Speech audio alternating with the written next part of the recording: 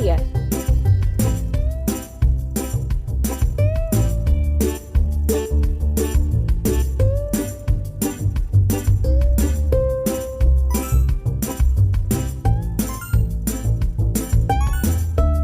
Keep up the good work.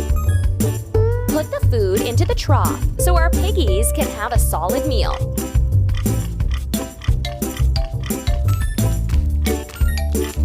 That's all.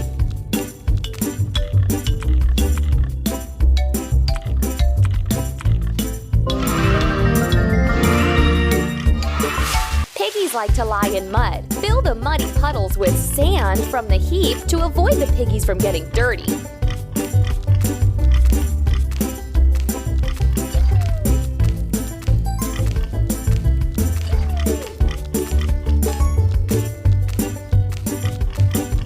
Keep it up.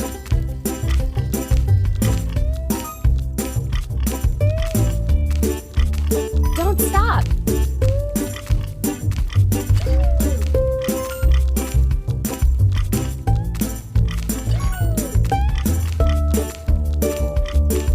Done.